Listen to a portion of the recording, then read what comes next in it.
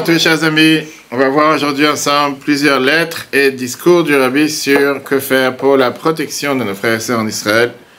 Très très riche, à travers toutes les années, avec toutes les guerres qu'Israël a subies et connues. À combien de fois le Rabbi a écrit des lettres et parlé sur différents thèmes et différents sujets. On va voir qu'est-ce qui dépend de nous, nous qui sommes dans le monde entier, les Juifs du monde entier, pour faire pour la protection de nos frères et sœurs. On a ici une merveilleuse lettre que la ville a écrite en été 1973, c'était quelques mois avant la guerre de Kippour. La ville savait déjà, il avait parlé avec tous les dirigeants, les commandants, comme quoi la guerre va éclater à chaque instant et qu'il faut se préparer. Malheureusement, on a dit la direction politique du gouvernement ne voulait pas commencer pour qu'on ne dise pas que nous sommes les agresseurs. Mais néanmoins, tout le monde savait que nos ennemis en face, qui étaient les Syriens et les Égyptiens, se préparaient à la guerre. En plein été, la ville écrit une lettre à tous les enfants qui n'ont pas encore bar mitzvah. C'est très bien qu'il y a une particularité avec quelqu'un qui n'est pas bar mitzvah, puisqu'on dit que c'est un souffle qui n'a jamais fauté. Ça veut dire, sachant que vous avez un mérite énorme, que les enfants juifs ils ont, que leur mérite est important pour tous les peuples juifs. Comme le roi David dit dans les psaumes, par la bouche des enfants, Dieu nous donne la force pour pouvoir détruire nos ennemis. Et donc, puisqu'il faut détruire nos ennemis qui nous ont amenés à cette période de 3 semaines, c'était en pleine période de 3 semaines, pendant la période entre 17 Tammuz et le 9 Av, et cet ennemi veut se venger de notre peuple jusqu'à nos jours. Le moyen de le combattre, c'est par la force, par la Torah qui a enseigné et qui a appris par les enfants. Et la force est tellement importante, à tel point qu'on te dit, que les Chachamim nous ont dit, que le monde ne se maintient pas seulement par le souffle et la force, la prière, l'étude de nos enfants. Surtout ceux qui ne sont pas encore bar et bat mitzvah. Et particulièrement, puisque c'était la période de 3 semaines, savoir qu'est-ce qui est écrit dans la prophétie de Ishaïa, de Isaïe. Tzion, b'mishpat, tipadeh, v'shaveh, b'tzaka. Tzion, Jérusalem, va être sauvé par le jugement. Et c'est quoi le jugement? Une des explications, c'est que c'est la Torah. Ça veut dire que par l'étude de la Torah, par ça qu'on accomplit les mitzvot, et surtout la tzaka, on rapproche la délivrance. Et la tzaka veut dire quoi? La tzaka avec le corps et avec l'âme. Avec le corps, concrètement, matériellement, donner tzaka aux pauvres, ou bien de donner l'argent à quelqu'un qui va faire la tzaka, et avec l'âme, de s'assurer qu'il y a de plus en plus de gens qui vont pouvoir apprendre la Torah et les mitzvot. En 1990, au mois d'avril, il y a eu un appel de l'OLP qui avait fait savoir comme quoi ils allaient attaquer Israël, où les cibles juives dans le monde. Le Rabbi avait reçu un appel du Premier ministre Shamir à l'époque. C'était en plein après-midi qu'il y a eu ces informations que l'OLP va attaquer les cibles juives dans le monde. Le Rabbi avait fait savoir à l'époque que pour ajouter dans la tranquillité et la sécurité du peuple juif dans les 4 coins du monde, et surtout qu'il y en a qui disent que les ennemis du peuple juif veulent faire de mauvaises choses, et c'est sûr que leur pensée va s'annuler, je propose que chacun rajoute dans l'étude de la Torah, chacun comme il peut, dans la prière, 3 psaumes par jour, et ce serait bien d'inclure le dernier psaume, le psaume 150, et dans la tzaka, donner en tzaka la valeur de 2 ou 3 repas, et c'est sûr que grâce à ça, Dieu va nous envoyer la délivrance. À plusieurs reprises, pendant la guerre des 6 jours, la guerre de Kippour, et sans arrêt, et c'est pour ça, c'est la raison pour laquelle le Chabad Rabat 77, unique, depuis 18 ans, on a des tefilines pour les soldats, d'où on l'a appris, parce que, Rabbi avait parlé juste avant la guerre des 6 jours, que c'est écrit dans la Gemara, celui qui met les tefilines, il aura longue vie. Parce que c'est écrit, Hashem, Alem, Yirchiu, ceux qui portent les tefilines, Dieu les fait vivre. De là, on comprend que quand on a une protection d'avoir une longue vie, c'est sûr que Dieu ne va pas pouvoir nous faire du mal. Maintenant, c'est pas pour ça qu'il n'y aura pas de guerre. Comme à Midian, il y a eu une guerre. Seulement, la guerre va être d'une manière qu'il n'y aura aucun manque, qu'il n'y aura aucun juif qui va décéder à cause de la guerre. Mais il y a une autre chose dans les tefilines. Il ramène la Gemara du traité Brachot, qui te dit que les nations du monde verront que le nom de Dieu est sur toi et te craigneront. Ça, c'est, la Gemara te dit, ça c'est les tefilines qu'il y a dans la tête. Pas seulement qu'il manquera personne, mais que l'ennemi va s'annuler. Donc on n'aura plus besoin d'avoir de guerre. Et la Rabbi rajoute. A priori, on peut dire que ça, c'est seulement quand tu mets les tefilines, pas après. Mais l'explication n'est pas comme ça. On te dit que quand tu mets les tefilines, ça a un impact que les ennemis vont avoir peur de toi, même après. Comme on a vu dans l'ouverture de la mer Rouge. On dit que tous les dirigeants à l'époque, les Égyptiens, ils ont eu tellement peur. C'était pas seulement pendant l'ouverture de la mer Rouge, même 40 ans plus tard. Comme Rachav te dit, on a entendu ce qui s'est passé il y a 40 ans quand Dieu a ouvert la mer Rouge, que toutes les nations du monde, ils ont eu peur de vous. Jusqu'à ce qu'on n'a pas eu besoin de faire la guerre. Pareil ici. Par ça qu'on met les tefilines, on influence, on fait en sorte que les nations du monde, ils voient qu'un juif, il a le nom de Dieu sur lui, et ils ont peur de toi. Pas seulement quand on a les tefilines sur soi, mais même après. Et le fait qu'on voit que tous les différentes tribus vont à la guerre à l'époque et de nos jours, on voit que c'est la même chose. Par ça qu'on met les tefilines pour ceux qui vont faire la guerre. Qu'ils aient une longue vie et qu'ils soient uniques. Par ça qu'un juif met les tefilines pour le mérite de son ami, ça agit à protéger son ami. Comme on a vu avec Rajbi, Rabbi Shimon Bar Yochai, que par son étude de la Torah, il a protégé le peuple juif. Je ne parle pas ici en vain, mais par rapport à la situation actuelle en Israël, s'assurer que le maximum de nombre de juifs mettent les tefilines, qui soient vérifiés, qui soient cachers et les plus belles tefilines. Parce que c'est connu que la mitzvah des tefilines a une ségoula particulière de sortir des difficultés actuelles. Comme c'est écrit qu'on a dit tout à l'heure, que tout celui qui met les tefilines, il aura longue vie, et que les nations du monde verront que le nom de Dieu est sur toi. Ça, c'est les tefilines de la tête. Et bien sûr que quand on parle de tefilines de la tête, ça inclut aussi les tefilines de la main. Dans les Grot Kodesh, volume 26, page 172, lui parle, je répète encore une fois qu'on m'a demandé par rapport à la campagne des tefilines, est-ce que maintenant il faut aussi continuer à agir par rapport avec mettre les tefilines au maximum de juifs pour renforcer la sécurité de chacun d'entre nous? J'avais dit, c'est connu que la mitzvah des tefilines, elle a été comparée, toute la Torah a été comparée à cette mitzvah. Et quand on va parler avec chacun, c'est sûr qu'on va pouvoir agir. Et donc je répète, que ce qu'on a parlé depuis 2 ans et demi, c'est encore plus fort aujourd'hui. Ça c'était déjà en 1969, 70. Et surtout que la situation actuelle, on a besoin pas seulement que les nations du monde aient peur de toi, la peur qui vient par les tefilines, mais comme la halakha, elle te dit, dans le Rosh, ilchot ktanot, ilchot tefilin, siman 15, mipnei kiyum mitzvah tefilin, par ça qu'on accomplit la mitzvah des tefilin. À ce moment-là, Dieu va faire en sorte que ça va s'accomplir dans les gens de l'armée, fait taraf, zroaf, kodkod, que automatiquement on va pouvoir abattre nos ennemis. Et donc c'est important de propager ça parmi tous les gens qui font l'armée, leurs proches et leurs amis, et que Dieu fasse qu'ils protègent la terre d'Israël. Dans une autre lettre, volume 29, des Grot Kodesh, page 10, la vie que Dieu fasse que très prochainement on ait des bonnes nouvelles, que Dieu fasse qu'il y ait la paix en terre d'Israël, et qu'on puisse ne pas craindre qu'il n'y aura aucune épée qui passe par la terre, et que Dieu, il sera pour nous un Dieu, que nous on pourra être dans cette terre en tranquillité. Énorme est le mérite de tout celui qui protège la terre. On parle bien sûr de nos soldats et son peuple, que Dieu va faire en sorte que Dieu il va dans ton camp et il te protège et il te donne les ennemis devant toi. Et surtout par ça qu'on rajoute dans le bitachon, dans la foi en Dieu. Et que l'oïrav, l'oïfrat, comme Rambam te dit, ne pas avoir peur, ne pas craindre. Et comme on a parlé plusieurs fois, il y a une ségoula particulière pour la mitzvah des tefilines, la tefilin de la main qui est contre le cœur et la tefilin de la tête sur le cerveau, que c'est consacrer son cœur et sa tête à Dieu. Ça va donner en sorte une victoire et une réussite à ceux qui font la guerre actuellement. En 1991, un soldat a écrit un soldat de Tzahal, que lui et ses amis, ils sont en train de faire ce qu'on appelle des rounds dans la ville de Gaza. À l'époque, c'était encore dans les mains d'Israël, avant les accords d'Oslo, qui malheureusement, à cause de ces accords, Israël a dû donner la sécurité de Gaza à nos ennemis. Et donc il dit au Rabbi, on est tout le temps sur le qui-vive, en danger continuel. Et on est vraiment les mains fermées du fait qu'on nous jette des pierres, des morceaux de fer, des cocktails Molotov, on ne laisse rien faire. Et je demande à Rabbi une bracha. Rabbi lui répond une ligne. Tfilin b'dukot, assure-toi que tu aies des tfilin qui soient vérifiés, cachers, pour chacun de ta plouga, de ton bataillon. Askir et la Tzion, je mentionnerai sur la tombe de Rabbi, de ton beau-père. Ça, c'était en mois de Cheshvan 90, c'était en novembre 90. Dans les Grot Kodesh numéro 29, page 11, Rabbi rappelle l'importance de la tzedaka, comme c'est connu que Dieu il agit mesure pour mesure, que quand tu donnes tzedaka à un pauvre, même si tu ne lui dois rien, ça me fait descendre les brachot pour celui qui donne la tzedaka. On a tous besoin des bénédictions de Dieu. Combien de fois on sait particulièrement pour ceux qui se trouvent dans l'armée, qui n'ont pas la possibilité de donner la tzedaka à cause des conditions dans lesquelles ils sont, ils n'ont pas d'argent sur eux, ils n'ont pas de boîte ou quoi que ce soit.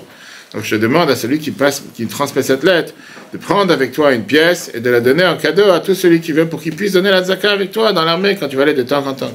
Et grâce à ça, tu vas protéger le peuple juif. En rapport avec la guerre de Kippour, la Bible a demandé que dans chaque base militaire, dans chaque maison juive, il y a ce qu'on appelle des livres de Torah, des livres de Gdusha, au moins un sidour, un teilim, une boîte de tzedaka. C'est la raison pour laquelle à chaque fois qu'on donne à notre travail les tefilines aux soldats, on donne aussi un chitat, parce que dans le chitat, tu as chumash, teilim, tanya, et comme on va faire si Dieu veut dans 2 semaines. Le Rabbi dit, j'ai demandé, le Rabbi dit comme ça, ce qui a été demandé des soldats, qu'on leur envoie des tefilines, des sidurim et des livres de teilim, de psaumes. Tefilin, c'est les mitzvot concrètes, toute la Torah a été comparée au tefilin. Sidur, c'est la prière. Teilim, ça représente la Torah, c'est un des 24 livres de la Bible. Par rapport à la tzedaka, c'est bien que dans chaque bataillon, chaque camp de Tzahal, il y a au moins une boîte de Zaka, que tout celui qui veut, il puisse mettre la Zaka là-bas. Et comme ça, ils pourront faire la Zaka concrètement. Et même ceux qui ne vont pas donner, faire ça qu'il y a une boîte attachée au mur ou sur la table, ça va leur rappeler le fait de donner la Zaka. Et surtout ça, le dit s'assurer que tout celui qui est dans l'armée, qu'il ait ses tefilin, teilim, on fait tous partie de l'armée de Dieu. Mais il y a particulièrement l'importance que chaque maison juive ait une boîte de Zaka. Et aujourd'hui, même si on vit dans un monde où les gens n'ont pas forcément des boîtes, ils envoient des chèques à la place, la Gemara te dit que l'essentiel, c'est de s'assurer que chacun puisse avoir la possibilité de donner la Zaka à chaque instant. Et c'est bien d'avoir une boîte de Zaka chez soi à la maison. On a demandé à chaque fois que c'est bien pour l'éducation des enfants, que quand un enfant il va dans une maison, une boîte de Zaka, il va demander c'est quoi. On va lui expliquer que c'est la possibilité de pouvoir donner la Zaka à n'importe qui n'en a pas. Et grâce à ça, protéger tous ceux qui sont aussi sur le front. Dans les Gott Kodesh numéro 29, page 73, la Bible écrit à un des rabbanim de l'armée, après la guerre de Kippour, que Dieu fasse que tu réussisses à renforcer la Torah et les mitzvot parmi tous les gens de Tzahal, et de manière concrète. Et on voit clairement que maintenant, après la guerre de Kippour, après la victoire, c'est un moment propice où il y a un tel réveil qu'on peut agir énormément. Et comme les Chachamim nous disent qu'il faut utiliser ce moment, actualité comme on a aujourd'hui, pour renforcer la Torah et les mitzvot chez chacun. Et pour ça, je te propose et je te demande de fond de mon cœur que dans chaque unité de Tzahal, il y ait toujours prête quelque chose qui appartient à tous, une paire de tefilin, un siddur, un tanakh, une bible, un livre de tefilin, au moins un livre de Torah orale et une boîte de Zaka. Et surtout, que tout le monde puisse le voir et l'utiliser. Dans le volume 29, page 162, des parents qui ont écrit au Rabbi qu'ils ont des soucis pour leurs enfants après qu'il y a eu le grand massacre à Maalot, qui a été orchestré par Arafat, que Dieu efface son nom. En Iyar, c'était au mois de mai 1974, quand il y a eu des enfants qui ont été massacrés. Et ils ont demandé au Rabbi quoi faire pour nos enfants, on s'inquiète. Le Rabbi a répondu, s'assurer dans la mitzvah de Mezouza, et qu'il y ait les livres qu'on a parlé, et une boîte de Zaka dans chaque maison. Dans un merveilleux discours, le Rabbi parle sur le fait qu'un juif, il doit savoir qu'il est protégé. On a le devoir dans ce moment de rajouter de la lumière dans le monde. Et surtout quand on voit que l'obscurité dans le monde, elle est de plus en plus grande, matérielle et spirituelle. C'est pour nous réveiller de rajouter dans la lumière. Et quel est le but et le rôle que Dieu a envoyé une Neshama sur terre? C'est par ça que cette Neshama, à l'endroit où elle se trouve, elle s'assure qu'en dehors de la maison, on reconnaît que c'est un juif. Pas comme certains qui te disent qu'aujourd'hui, il faudrait enlever les mezuzot et les mettre à l'intérieur. Alors oui, ça, on le fait par la mezuzah. C'est quoi la mitzvah de mezuzah? Sur la porte de la maison ou la porte de la cour? Ou sur la porte de la ville? La mezuzah, c'est pour montrer à tout le monde, à tous ceux qui rentrent dans la maison et tous ceux qui sortent, même les non-juifs, que toute cette maison et tout ce qui se trouve dans la maison est pénétré de la paracha qu'il y a dans la mezuzah. Shema Israël, Hashem Elokeinu, Hashem Echad. Et qu'est-ce qui est écrit à la fin du deuxième paragraphe? Yiru Yemechem, Vimei Venechem Alad, Yibu Yemechem, que Dieu va nous donner une longue vie, à nous, à nos enfants sur la terre, que Dieu nous a promis, de manière éternelle. Et par ça, la maison, elle sera protégée par Dieu. Même si Rambam t'écrit clairement qu'on n'a pas le droit d'utiliser cette mitzvah comme la mezuzah, comme une baguette magique qui te protège, c'est pas ça la mezuzah. Mais c'est écrit clairement dans plusieurs livres que le nom de Dieu qu'il y a dans la mezuzah à l'arrière, Shin Dalet Yud, qui est écrit sur la mezuzah, c'est quoi? Shomer d'Altat Israël, le gardien des portes des Juifs. Il ramène à chaque fois cette histoire avec Rabbi Yehuda, l'auteur de la Mishnah, qui avait donné au César à l'époque, il n'était pas forcément juif, une mezuzah en cadeau. Et comme il n'était pas content, il a dit, quoi, tu me donnes un petit morceau de papier qui vaut quelques centimes, alors que moi je t'ai donné un coffre d'or et d'argent et de pierres précieuses. Il a expliqué Rabbi Yehuda la différence. C'est que le cadeau que tu m'as donné fait que maintenant je dois me protéger. Alors que la mezuzah, Dieu protège la personne qui habite dans la maison, tout ce qu'il y a dans la maison, à l'intérieur et à l'extérieur. Comme c'est écrit, que Dieu te bénisse et te protège, qui protège tes biens, que tu n'auras pas de voyous qui viennent devant toi. Et automatiquement, Dieu te protège. C'est la meilleure des choses. Et ça, c'est la mezuzah, pour le gardien des portes des Juifs. Que Dieu garde la maison juive et tout ce qu'il y a à l'intérieur. Et donc, s'assurer que chaque maison juive fait une mezuzah à chaque porte qu'il y a dans la maison et une mezuzah kasher. S'assurer que ça protège chaque juif, et même les non-juifs, qu'ils soient protégés par Dieu, et qu'à plus forte raison que la mezuzah soit placée au bon endroit, sur la porte de la maison, et la protéger la maison, soit de ce qui se passe à l'intérieur, soit de l'extérieur. Il y a une merveilleuse lettre dans le volume 32, page 68. La Bible écrit ça sur des commandants d'une base sur l'aspect spirituel, le moral spirituel de l'armée face à nos ennemis. J'ai reçu ta lettre, la Bible écrit, au nom de tous les soldats de la base et de l'unité que tu commandes, où tu m'écris que les shluchim de Chabad sont venus avec les tefillin et la mezuzah, et comment vous avez été très émus et réveillés de cet encouragement. Que Dieu fasse que le mérite de ces mitzvot et le mérite de protéger la terre d'Israël et le peuple qui habite là-bas soit pour vous plein de bénédictions. Le fait même que vous êtes sur votre garde, ça va faire en sorte de faire tomber la peur et la crainte sur chaque ennemi, celui qui veut nous faire du mal, qui va même les empêcher de penser de faire du mal. Et il y a une ségoula particulière, la ségoula de la mitzvah de la mezuzah, que son salaire, comme c'est écrit dans la Torah, Hachem yishmor tzetra vorecha mata v'adalam, Dieu te gardera en rentrant et en sortant éternellement. Et pareil sur la mitzvah des tefillin, c'est écrit Veraou kolam haaretz ki shem Hachem nikra alecha v'yarom mimeka, que toutes les nations du monde ils verront le nom de Dieu sur toi, ils auront peur de toi. Quand il y a eu Entebbe, fameuse attaque, fameuse, comment on appelle ça, opération Entebbe, qui était une opération qu'au départ on se pensait qu'on allait perdre tellement de nos frères et sœurs, et grâce à Dieu, avec l'aide de Tzal qui est venu et qui a réussi à libérer la majorité des otages, même s'il y en a 4 qui sont morts, la Bible a parlé dans plusieurs discours en expliquant comme quoi il faut remercier Dieu pour les miracles. Dans une merveilleuse lettre, en volume 31, page 279, la Bible avait un rapport à ce qui s'est passé récemment. Le fait d'avoir capturé et libéré tous les otages à Ouganda, et la même chose qu'il y a eu, soi-disant, une vengeance à Kouchta, à Istanbul. On doit comprendre, on avait dit que ces événements, c'est pour rappeler à chacun d'entre nous qu'on doit se renforcer dans tout ce qui est le bitachon et la protection. Le bitachon veut dire la sécurité, mais surtout la sécurité spirituelle, qui amène la bracha divine pour tout ce qu'on doit pour avoir la sécurité et la protection matérielle et la grande réussite, que Dieu nous protège dans tout ce qu'on fait, pour pouvoir être protégé de l'ennemi et s'assurer d'être protégé de n'importe quel mauvais événement que Dieu nous en préserve. Et en ce moment, c'est un lieu particulier dans lequel chaque juif a besoin d'être protégé. Et la vraie protection, c'est comme David Amalek nous dit, Hachem Yishmor Ir, Dieu il protège la ville.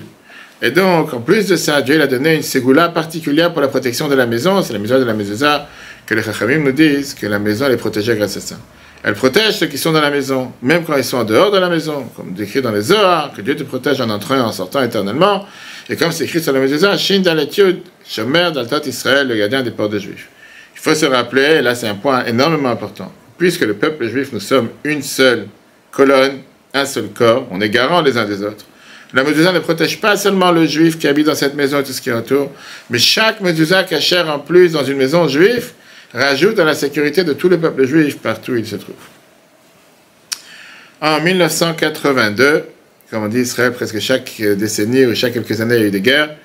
Pendant la première guerre du Liban, on a demandé de s'assurer que chacun ait une lettre dans le Sefer Torah, et particulièrement les Sefer Torah qui a été fait pour les enfants juifs, les Sefer Torah pour les soldats, que la Bible a demandé d'organiser, des Sefer Torah qui sont écrits particulièrement pour les soldats de Tzal. Comme c'est écrit dans le livre de Daniel, chapitre 12, que Michael va se tenir sur notre peuple, et il y aura, s'il y a un moment, qu'il y aura un moment de détresse, un moment de souffrance, qui n'a jamais existé jusqu'à présent, on pourra s'enfuir grâce à ce qui est écrit dans le livre. C'est-à-dire qu'il ne faut pas s'émouvoir du fait que c'est un moment de difficulté en ce moment. Parce qu'au final, les nations, ils vont tomber, alors que Dieu il protège le peuple juif, et comme on dit dans les psaumes, que Dieu nous protège, celui qui a fait le ciel et la terre. L'ange Michael protège le peuple juif. Et c'est écrit qu'on pourrait être protégé par ça qui est écrit dans le livre. Qu'est-ce que ça veut dire? Le livre, c'est le Sefer Torah. Et là, on comprend l'importance que chacun il est lettre dans le Sefer Torah. Et à ça, il faut rajouter un point important. Il y a eu malheureusement en 1979, il y a eu cet échange entre le prisonnier Avraham Amram avec 76 terroristes à l'époque. Il a parlé longuement sur cette histoire en disant que les pays normaux libèrent des prisonniers ou des otages seulement à nombre équivalent. Ce qui veut dire, je dis les mots comment la Bible a parlé dans ce Shabbat Bamidbar, qu'il y a eu quelque chose de tellement étonnant et incroyable qu'on vient de voir. Et ça montre jusqu'à où la main est tellement faible. Il y avait un juif qui était prisonnier et qu'on n'a pas voulu le libérer de l'otage jusqu'à ce qu'on donne 71 ou 70 et quelques, au final c'était 76, du camp contraire. Vous savez, cette histoire, c'était au même moment que l'Amérique avait signé un contrat avec la Russie. Et qu'est-ce qu'ils ont échangé? Ils ont échangé 5 prisonniers contre 2. Et là, l'habitude dit, on a échangé 1 contre 76. Pourquoi? Pourquoi j'ai dérangé? Pourtant, je ne vais pas déranger personne. Que je dérange personne. Et pourtant, alors que, oui, c'est connu que la halakha nous dit que tu peux débattre. Il y a un débat dans la halakha, est-ce qu'on a le droit d'échanger un prisonnier plus que sa valeur? Mais là, qu'on parle de pikuach nefesh, de sauver un juif, à plus forte raison quand tu parles de plusieurs juifs, alors on peut débattre, qu'est-ce que la halakha te dit? Mais là, il y a quelque chose d'important, on a bien à se rappeler. Au départ, on a dit qu'il n'y a pas le choix. Et puisqu'on parle d'un père de famille, donc on ne doit pas se considérer combien de prisonniers on devra sortir de prison pour pouvoir le libérer. Alors on lui a demandé, mais plusieurs fois c'est arrivé, des histoires qu'on a pris des otages, et que les terroristes, ils attendaient qu'on libère telle ou telle personne au même nombre, ou 2 fois plus, mais pas 70 fois plus. Vous-même, vous avez dit que c'est une base fondamentale de ne pas se soumettre à n'importe quelle menace, avec une explication qui a une source dans la halakha, qui est aussi logique, et même dans la diplomatie. Que si jamais on va leur montrer que par ça, qu'ils menacent, on libère et on fait des choses qu'il ne faut pas, ça va les entraîner à faire encore plus, de prendre encore plus d'otages, parce qu'ils vont se dire de toutes les façons, c'est comme ça qu'ils vont avoir le dernier mot. Et donc, il n'y a pas d'autre conseil. Souvent, on doit leur montrer que ça ne va pas aider. Et c'est comme ça qu'on a réussi à tenir pendant de nombreuses années, même si parfois ça a amené des sacrifices du peuple juif. Et ça, c'est des choses qui sont dévoilées. Et là, tout d'un coup, les ils ont changé. C'est en 79. On a décidé de libérer 70 contre 1.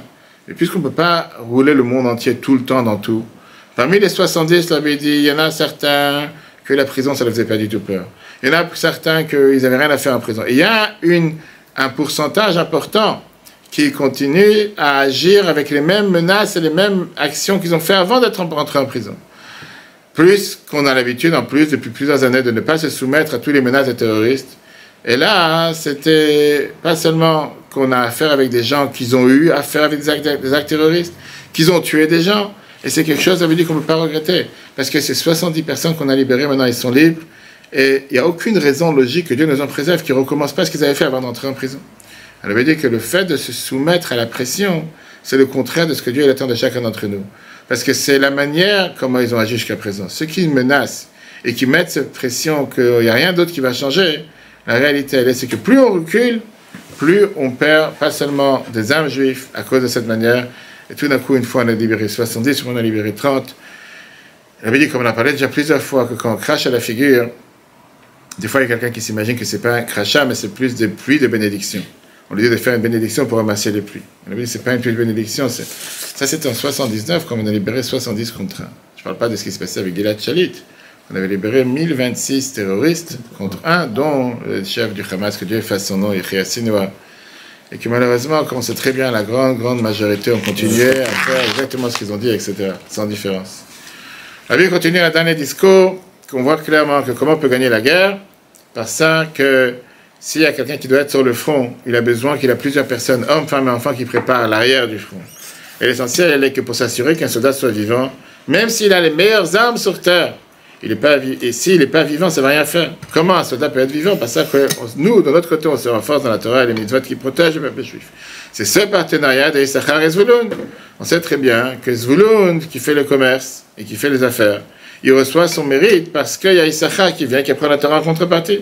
Et donc la raison comment Zvouloun réussit, comment il peut réussir à faire ce qu'il fait, parce qu'il y a Issachar face à lui. La Bible dit d'un côté, quand tu réalises, il faut dire que Issachar, c'est quelqu'un qui a que de la honte. Il a besoin de l'argent de Zvouloun, il a besoin des dons qu'on vient l'aider pour faire ce qu'il doit faire, qui décide de lui donner de manière large, de manière étroite. Et quand tu dois expliquer à des grands milliardaires en Amérique que leur réussite dépend du fait qu'ils vont soutenir telle et telle organisation juive, ça se peut qu'ils vont décider d'agir avec une manière large ou avec une manière étroite, pareil dans le monde entier. Le Dieu de la Torah te dit une chose pareille, qu'au final, ce partenariat a toujours existé. Issachar et Zvouloun, c'est un partenariat qui fait que l'un, il agit dans les affaires communautaires et l'autre, il agit dans les affaires matérielles, et comme ça, les deux réussissent. C'est pareil dans le peuple juif en général. On a besoin d'avoir des soldats qui vont à la guerre, qui vont au front. Et leur mérite, il est énorme. Mais ils ont besoin d'avoir ce qu'on appelle l'arrière. L'arrière, tout ce qui est logistique à l'arrière, merci. Et ça, c'est chacun d'entre nous, que nous, on n'est pas en danger comme eux. On a besoin d'apprendre la Torah et renforcer leur santé, et renforcer justement les moyens spirituels pour donner la force et la protection qu'ont besoin ceux qui sont dans le front, et que grâce à ça, on mérite d'avoir la plus grande victoire. Que Dieu fasse, qu'on puisse entendre que des bonnes nouvelles de nos frères et sœurs, de tous nos soldats partout où ils sont, avec la protection divine comme jusqu'à aujourd'hui, qu'on puisse éradiquer ce cancer et ses ennemis une fois pour toutes de la planète, et que très bientôt on se réjouisse avec la vidéo du Mashiach. Le cours en replay sur retour.fr. Très bonne journée, si Dieu veut la semaine prochaine.